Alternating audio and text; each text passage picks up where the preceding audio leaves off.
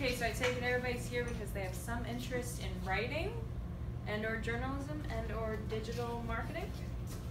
Yeah, possibly. I think hopefully you will soon.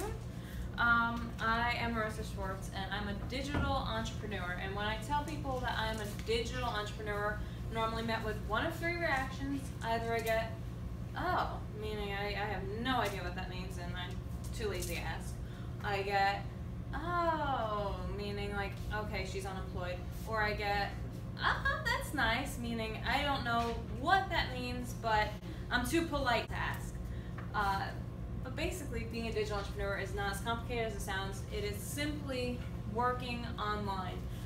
So if you're a writer, you work online. You're working on your laptop. You're working on your computer all the time. And there are so many different avenues that you can take to be a digital entrepreneur. So this is my office. I work on the beach. I work outside. I work on the beach a lot. I really like the beach.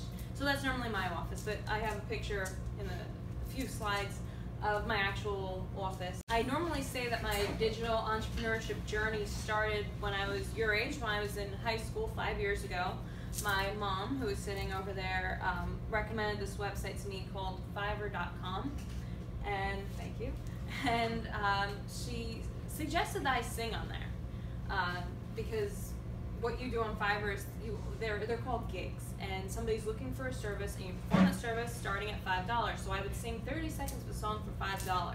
So I put my gig up there. I'm like, I hope I sell something, and I didn't sell a thing. And I thought, well, this Fiverr thing doesn't work. But then I looked at the request section and I saw that somebody was looking for an editor for their children's horror book. And I love to write. I just self-published a book. I love to read, and I thought I can really help her with this. I went to the Academy for Biomedical Sciences, so my whole high school, I had to do something I really didn't like. I had to learn science all the time. Every single class was a science class. I had maybe one English class and one other kind of class, but every other class was just science and math. Not my favorite thing.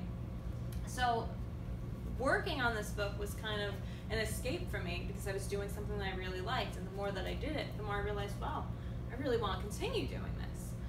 So I edited her book, and I did such a good job that she recommended me to a friend, and that friend recommended me to another friend, and soon I had a whole miniature online book editing business. And then from there I went to college and I continued that book editing business, and I also started again remotely working online for a small publishing company. And I pitched a book to them that I had written. It was a creative nonfiction book, and I asked them if they would publish it, and I kind of was met with an I don't know, because of my age. You know, I didn't normally see people who were like 20 years old getting a book published, but they read it and they really liked it, and they published it. And after that book was published, my friend said, "How'd you get a book published at such a young age? Like, we like to write. We write a lot," and I would read their stuff in my workshops, and they were really good writers, but they weren't getting the opportunities to be published, and I was really lucky that I had the opportunity. So I started a company to help them to get published, and it's called Gen Z Publishing, and we've published 50 books, over 50 books now. We've had 6 bestsellers, and it's great because I get to work with authors from all around the world. And I also started another company this past year called I'm Writing, where I help people write their books. But about the digital entrepreneurship field, it doesn't just have to be writing. There are so many different ways. If anybody's ever heard of Uber or taken an Uber, you've been part of the digital entrepreneurial sphere. There are different freelancing sites like TaskRabbit where people hire you to do different things, Upwork, Fiverr, all these different sites. There are a lot of opportunities for digital entrepreneurship. So even if you aren't really into writing and you're into something else, if you have an interest, essentially you can turn it into an online business. And if you want to start your own thing, like these are both websites that I started, and I had never made a website. I had very little technical knowledge, but I spent 2 whole summers just reading all these website design books and business books, and I learned how to create my website and do it that way. And I was a student, I had no marketing budget, so what I do, I use the resources I had, and I use social media to get my first authors. I started tweeting out with the hashtag I'm Writing. Hey, did you write a book looking to get published? I have a new company. And I got my first authors that way. And the whole company just grew through the power of social media, and that's why I say again, like, digital entrepreneurship is such, to me, it's almost second nature. So because I was doing what I loved, I realized, okay, it doesn't just have to be a hobby. Because doing the science stuff, I thought that writing was always going to be a hobby. But the more I worked on like Fiverr and Upwork, the more I realized it's not just a hobby. I'm getting paid for doing this. And then when I even started my company and I realized like this is a feasible solution, I realized this could be my future. And I went to grad school then. And a week after I graduated college was actually when I started Gen Z Publishing. But then I started grad school, and that was when I got my degree in communications. And I really realized, like, okay, this is what I do. I'm not going to do 9 to 5, even though all my advisors told me you need to do a 9 to 5. I'm not going to do that. They were right when they said that education is important. I educated myself with my bachelor's, my master's, and I'm going for my doctorate of literature. I educated myself by reading all these business books to help me know how to build my website, to help me know how to build my companies. And I read a bunch of grammar books, just every kind of book that I could that would help me in addition to the classroom learning. So there's, you can't put a price on education. So that was all really important. But the most important thing is doing what you enjoy. And being a digital entrepreneur allows you to do that. There are so many different forms for being a digital entrepreneur. I'm sure you've probably bought something or seen somebody who bought something from Etsy. Etsy is a digital entrepreneurial platform where people are making their jewelry and selling it online, and that's digital entrepreneurship. Uber is also, even though you're in the real world and you're driving around, it's still a digital entrepreneurship platform because it's all done on your phone. TaskRabbit's another one. There are so many different platforms that you can take to be a digital entrepreneur, as well as starting your own company. So my company is Gen Z Publishing. I'm writing, where I read books to learn how to create a website, which was Gen Z Publishing's website. I'm writing, which is my, I now ghostwrite, which means I help people write their books. I consult with them. And so there are a lot of different ways to do this. You can start your own thing, or you can join a community like Uber or Fiverr. So I told you, this is my rainy day office. When it's raining out, I have all my computer screens set up. As you can see, like I have a music video there, and then my work over here. And I like to decorate non-classically. Yeah, you would never get away with that in an office, but that's what I do. I also like to work on the beach. I like to work in the park. It's great. I like the freedom that being a digital entrepreneurship provides you. I'm never up this early. I'm normally up very late. And I like the fact that being a digital entrepreneur, you have that independence to work when you want and where you want. And something else that's been really helpful has been social media. I started my company a week after I graduated college. I had no marketing budget, I wasn't going to do all the things that normal businesses do when they start. All I had was my hard work and social media. And I started tweeting out things like, hey, did you write a book? Check out Gen Z with the hashtag #MWriting. So people searching #MWriting found me, found my company, and started sending queries. So that was really how Gen Z got off the ground, was strictly through social media. And then from there I grew on our Instagram and on our Facebook. But Twitter was really what got off the ground. And then as I've grown, I've noticed that you can't just trust social media strictly. You also have to go out and make real world connections. So I joined the Chamber of Commerce, which my business coach told me to do right from the start. And I was just like, oh, she's old world, she doesn't know. But she was right, the Chamber of Commerce has been great. So real world connections and virtual connections are really important. And I signed all these authors. I had over 50 authors signed, 6 bestsellers. But the thing was, I never met any of them. And then last month, I finally, I had signed my first author from New Jersey, and I actually met her. We met in a Barnes Noble in Clark, met for coffee, and I realized, like, wow, these authors are real people. We talked for like an hour, and it was just amazing to actually meet an author and to discuss her book with her in person rather than through email or through social media posts. So the digital entrepreneurship world is very complex, it's very large, there are many different opportunities that you can take. And if you would have told me 5 years ago when I was in high school, like, oh, you can be a digital entrepreneur, even though I was kind of in the world of digital entrepreneurship, which was Fiverr, I don't think I would have had enough confidence to say, like, oh yeah, I could do that full time. I think in the back of my head I always thought, well, all my friends are gonna get jobs, all my friends have jobs, I'm gonna have to get a job one day, like a classic job, you know, working in an office. Even though I grew up in an entrepreneurial household where my parents own a brick and mortar carpet store, I always thought like the only option is to work for somebody. But that's not true. You can do your own thing online with your own business.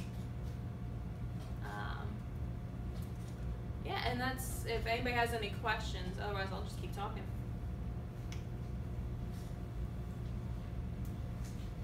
All right, I'll just keep, oh, yeah? Question? So you got a degree in communications? Yes. So what other type of classes did you have to take with that degree? Yeah, well that's my master's, so we, yeah, but still, I had a lot of kids who were in undergrad in communications too, and there were social media classes, which were super important, because you're learning how to market to people on social media, you're learning what attracts people, you're learning correct hashtag usage. You'd be surprised when people use hashtags on like Facebook, and the different ways to engage people at the right times. I now buffer everything so that it's scheduled, the posts are scheduled. Another class we had a message construction class, which is my favorite, where it was broken into 3 sections. The first one was creating videos. The second one was creating audio, and the third was creating websites. And it was so intense. There were projects due every week, but it was really rewarding, because in the end I had a freshly made website with all these videos and audio on it, and I was able to put my podcasts on there. We had an event planning class, which has been helpful, because when I plan book signings, I know how to do that. I know who to contact, what to do. We have public relations classes, just knowing how to talk to others. There were public speaking classes. I didn't take those, but there are plenty of those. Diversity classes, knowing how to speak to other kinds of people. And then there was ethics, and there were also, like, I got back into science. We had a number of research classes where we were using, I don't know if you guys use APA, but we had to use APA style citations, which is all this like science citations and references. And I'm like, I thought I gave that up in high school, so we had that too. But the thing with communications is it's a mixed bag. There's a lot of stuff, but I think that communications is great, especially something like this. If you don't quite know what you're going to do, or if you know that you're going to be in something where you're talking a lot or writing a lot, communications is perfect for that. Any other questions?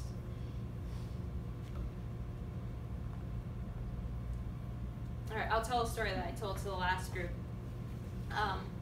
And I wrote a bucket list when I was 12 years old of all the things I wanted to accomplish, and I've been slowly crossing things off that list. I've accomplished like 75% of my original bucket list, and I keep adding things on. And it's amazing to think that that list I made when I was 12, these like pipe dreams that have actually guided my career. So one of them was I wanted to break a Guinness World Record. So when I was 16, I made 1,100 of these bracelets, chained them together like this, and made the world's longest chain of bracelets. And it was just a silly thing to do, but then people saw like I was a Guinness World Record holder, and they would follow me on Twitter. And then since they were following me on Twitter, when they saw that I started a publishing company, they contacted me like, hey, can you publish my book? So the little things that you do today can really add up and change something tomorrow. Another thing on the list was I wanted to sing on national television. Now in my mind, I wanted to be on American Idol. I didn't go on American Idol. I went on to a show on MTV called Copycat. I know none of you have ever heard it. It lasted 8 episodes. It was not very widely received, but the host, if any of you like Mean Girls, was Aaron Samuels from Mean Girls. He also hosts Cupcake Wars. So that was that was a cool thing. So being on there, it was a great thing, because then you got more followers from that. And the other thing about that is, if I weren't a digital entrepreneur, I wouldn't have the freedom to be able to jump on a plane, go to California, and be like, okay, I'm going to film a TV show for a few days. I would have to be in an office doing something. I wouldn't have the freedom to do things like that. But because I work my own hours and I'm independent, I can have the time, and flexibility, and ability, and independence to accomplish these things that are on my list. Because we all have goals. Even if you don't actually write it down on an organized list, we all have goals and dreams that we want to accomplish, and a lot of people give them up, but I found that they can actually help you towards other goals, even in the future. Any other questions? Guys, don't make me tell another story. I'm gonna tell another story. Yes. What college did you go to? I went to Drew University for undergrad. Then I went to Monmouth for grad school, and I'm going back to Drew for my doctorate. And I really liked Drew because it's a small school, and Monmouth was small too. Because I always went to small schools. My largest class was 32 students when I went to the Academy of Biomedical Sciences. There were 32 students in my graduating class. So when a lot of my classmates went to Rutgers, it worked out great for them because it was a large environment. I also toured Rutgers. It's a great school, but not for me because it's large. I'm not used to that. And then I was going to go to NYU for grad school. I was admitted. I had sent in my deposit. I was going to go there. But it wasn't for me. It was large. It was in a different part of the city, and the commute would have been way too much to handle. And I don't think I could have really worked on my businesses as much with that commute. So yeah, but I do. Drew is awesome. So I always recommend Drew to people, and Monmouth too. Drew. The cool thing is with colleges, the different cultures that they have. You can always tell a true student. Yesterday I went to a different event at high school, and there was a young lady there, and you could just tell she went to Drew. She had the Drew attitude, and then you can kind of tell when somebody goes to Monmouth, like there's a different attitude. In Rutgers, there are different attitudes because of the different cultures and the way that everybody is shaped. So when people say like choosing what college you go to is an important decision, it is. It really is. It does shape you in a lot of ways. I mean, maintain your independence, but yeah, it's a big decision. As far as hiring people, did you ever hire any interns or that's anything? a good question. We had that the last one too. Yeah. So I say between 6 and 8 interns because everybody has different lifestyles and schedules. So 2 of them are on summer break, but 6 interns, and they help me out. So if we get a query letter, which a query letter is, an author will send me 2 sample chapters of their book, a synopsis of their book, and just a little bit about them. And I go through that, and then I have my interns also look through it and give their opinions because it's amazing the varied opinions that you get. The interns also help me with reading the books, checking for flow and grammar. And then I also have 2 editors that work with me, 2 people who design our book covers and do formatting, and then 1 virtual assistant who works with me consistently, and then 1 on a as-needed basis. So yeah, a lot of people working with me. And it's great because when I first started out, I thought I had to do everything on my own, and it was completely overwhelming. And I didn't do things as efficiently. I kind of, since I had so many things to do, I almost rushed a little bit, and I realized rather recently that it's okay to ask for help and it's okay to hire people because you're only one person. You can only do so much. So even in your classes, even whatever you're doing, it's okay to ask for help. Yes. Now, I've heard you say this 3 times, so I'm not sure if I heard you say it correctly. Okay. One of the first books you worked on was children's horror. Yes. Children's horror. Yep. Yeah, I worked on. That's actually a thing. Yeah, it was called. It sounded like Insidious. It was like Siberius. That's what it was. And it was about a monster that lived under a little girl's bed. And it was written with the children between the ages of 10 and 12 in mind. And it was kind of in the vein of R.L. Stine. I loved R.L. Stine as a kid. So even though it sounds odd to say children's horror book, I mean, I think R.L. Stine was kind of a trailblazer in that. And if anybody watched Are You Afraid of the Dark, you guys might be a little young for that. But in the 90s, I was kind of young for that. I was like 5 watching that. I was a little too young for that. But in the 90s, there was a show called Are You Afraid of the Dark? And it was a horror show for children on Nickelodeon. And it was awesome. And that was a little bit more of a trailblazer of horror for kids. But you guys definitely know R.L. Stine and Goosebumps and all those books and shows and even made-for-TV movies. So, and actually a movie. But yeah. It's that's definitely a real genre. Yes. How long did it take you to set up all your reading sites? Ooh, that's a good question. So I established my Twitter in 2010. I was 16 and I didn't know what I was doing, and I really only tweeted to the All American Rejects because I really liked their music for like the first 2 years. Yeah. So that was kind of a waste of a social media site. But then once I got into college, I realized like I can harness the power of my social media for something better than tweeting to bands. And I started kind of branding it because everybody says, oh, your personal brand is so important. It is. It really is. And I started learning how to use hashtags, and I read books, and I took classes on how to properly use hashtags and properly interact with people. So my Twitter, probably in 2014 started becoming something I was proud of. Instagram, I was late on the bus to that. I started on Instagram in 2015, the day before my birthday, and at the beginning it was just like selfie, selfie, selfie, and then I realized like, you can't do that.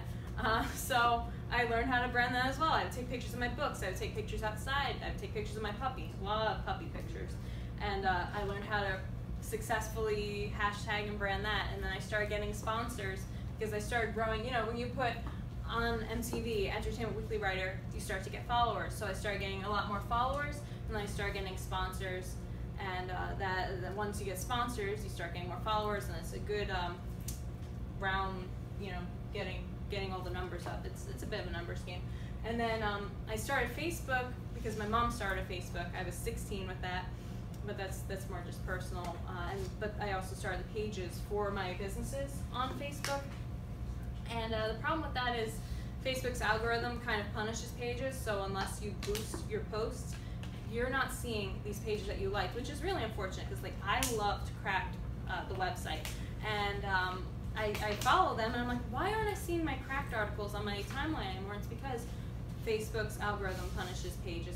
Since they're a page, you can't see them unless you add them to see first. So that's a cool tool, but you're still limited with who you can see first. You can only choose 10.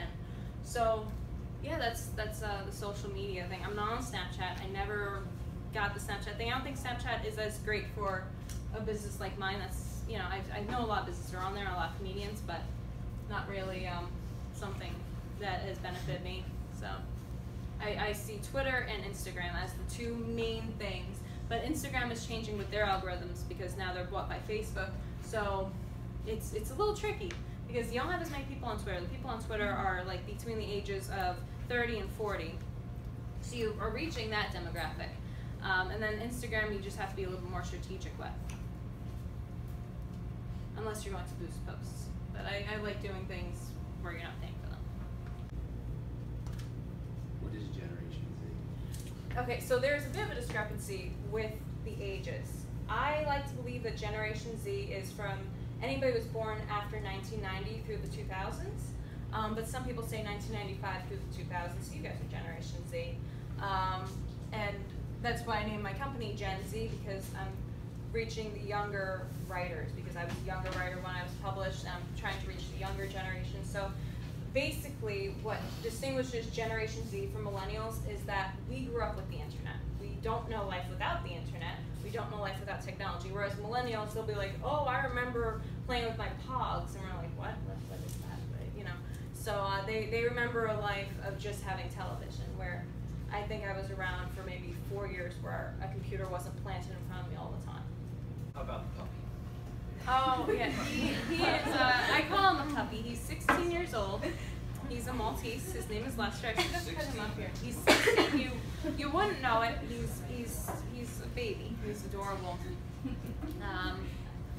Yeah, I got him when I was in 3rd grade, or 2nd grade, going into 3rd grade. He was actually a present for my Shih Tzu, Sammy. Sammy was 3 years old and getting lonely and acting like an old man even though he was 3 years old. And we knew he needed something to pep him up, so we got him a brother, and that was Lester. And yeah, Sammy and Lester grew up with me. And yeah, so now there's Lester, who's my little buddy. And he goes to work with me every day, we say, because he comes to my office with me. Or my one office, well, not on the beach. He's there in my office. Are you guys on Twitter? Because all I keep hearing is that Twitter is dying. It's more the older crowd. When I'm on there, I'm seeing like people in their 30s and 40s, and that's about it. Right? Youngsters are not tweeting. You're more Instagramming, not really snapping anymore, right? Snapchat. Snapping. Snapchat. Once the moms got on Facebook, that was, right? That's the end of it. Well, thank you all for listening. And if you have any questions or anything, follow me on Instagram.